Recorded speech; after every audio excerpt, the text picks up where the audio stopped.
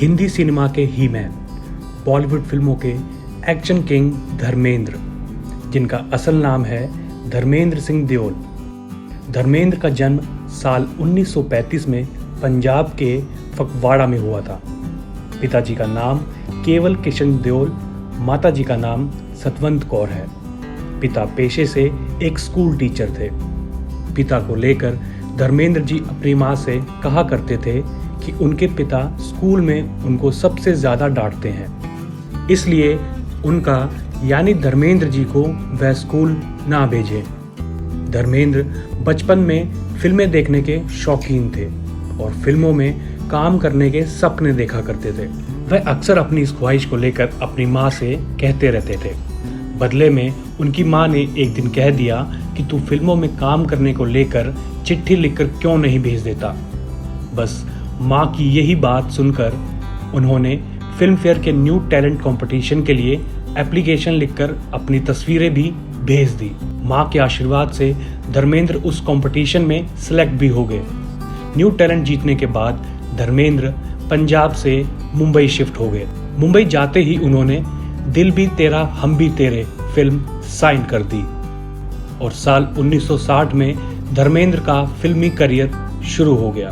साल 1966 में आई फिल्म फूल और पत्थर ने धर्मेंद्र को एक बड़ा एक्टर साबित कर दिया। मुंबई में स्ट्रगल करते वक्त धर्मेंद्र की दोस्ती मनोज कुमार से हुई और कौन जानता था कि दोनों आगे चलकर एक सुपरस्टार बन जाएंगे। हिंदी फिल्म इंडस्ट्री में धर्मेंद्र ने हर तरह के रोल किए, फिर चाहे वो रोमांटिक फिल्में हो या फिर एक्शन। धर्मेंद्र अपनी कलाकारी का हुनर दिखाते चले गए।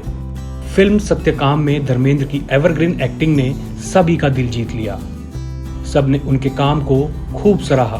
धर्मेंद्र ने अपने करियर में सभी बड़ी अभिनेत्रियों के साथ काम किया, फिर चाहे वो आशा पारेकर हो, सायरा बानू हो या जीनत अमान। लेकिन बड़े पर्दे पर उनकी और हेमा मालिनी की जोड़ी को खूब सराहा गया। सीता और गीता, जुगनू और ड्रीम गर्ल जैसी ब्लॉकबस्टर फिल्मों में दोनों ने बखूबी काम किया।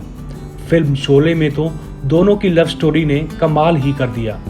वैसे तो साल 1954 में महज 19 साल की उम्र में ही धर्मेंद्र की शादी प्रकाश कौर से हो चुकी थी, लेकिन फिल्मों में साथ काम करते करते धर्मेंद्र अपना दिल हेमा मालिनी को भी दे बैठे। किसी की परवाह ना करते हुए और हेमा मालिनी से शादी करने के लिए उन्होंने इस्लाम धर्म अपना लिया। ऐसा इसलिए क्योंकि उनकी पहली पत्नी ने उन्हें तलाक देने से ही मना कर दिया था।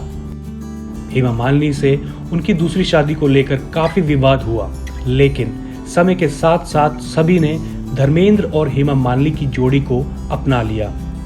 पहली पत्नी से धर्मेंद्र के 3 बच्चे हैं और हेमा मालिनी से 2। एक तरफ जहां धर्मेंद्र की फिल्में धमाल मचा रही थी, उसी बीच उन्होंने बड़े बेटे अजय सिंह देओल यानी कि हमारे सन्नी पाजी को फिल्म बेताब से लॉन्च किया और उसके 1 दशक बाद अपने छोटे बेटे विजय सिंह देओल यानी कि बॉबी देओल को भी फिल्म बरसात से लॉन्च कर दिया।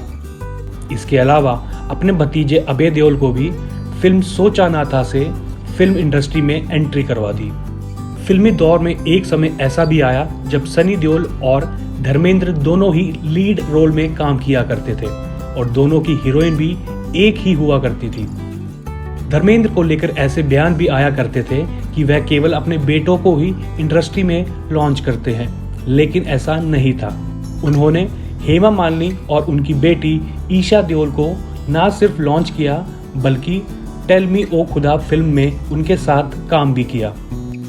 धर्मेंद्र अपनी एक्टिंग और लुक्स को लेकर काफी चर्चा में रहते थे। धर्मेंद्र की पर्सनैलिटी को देखकर एक बार तो दिलीप कुमार साहब ने कहा था कि वह ऊपर वाले से सिर्फ एक शिकायत रखते हैं कि उन्होंने दिलीप साहब को धर्मेंद्र जितना खूबसूरत क्यों नहीं बनाया। कई दशकों तक फिल्मों में काम करने के बाद साल 2004 में वह राजस्थान के बीकानेर से सांसद चुने गए, लेकिन उसके बाद वह राजनीति से गायब ही हो गए। अब उनकी पत्नी हेमा मालिनी यूपी के मथुरा और बेटे सनी देओल पंजाब के गुरदासपुर से सांसद हैं। धर्मेंद्र ने अपनी बेहतरीन अभिनय के दम पर कई पुरस्कार प्राप्त किए हैं। उन्हें फिल्म फेयर का लाइफ टाइम अचीवमेंट अवार्ड से सम्मानित किया जा चुका है। इसके अलावा वह भारत सरकार द्वारा पद्म भूषण से भी सम्मानित किए जा चुके हैं।